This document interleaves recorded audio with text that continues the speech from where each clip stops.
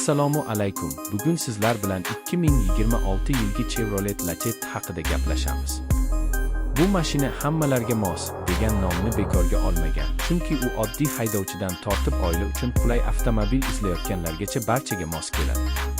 Chevrolet Lacetti aslida ilk bor 2000 yillar boshida bozorda paydo bo'lgan va O'zbekistonda yillar davomida eng ishonchli va mashhur sedanlardan biri bo'lib kelgan.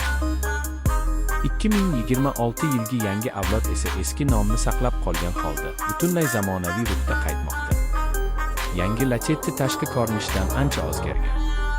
Old qismi agressivroq, LED faralar, keng radiator panjarasi va silliq kuzov chiziqlari mashinaga zamonaviy sedan ko'rinishini beradi.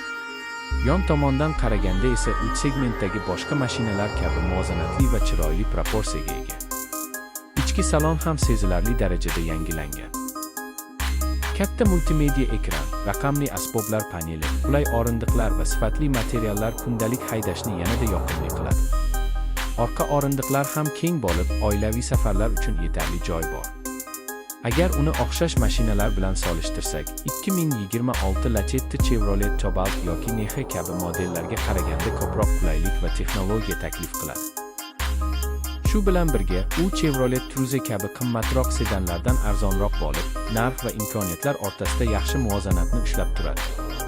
Aynan shu jihati uni ko'pchilik uchun jozibador qiladi.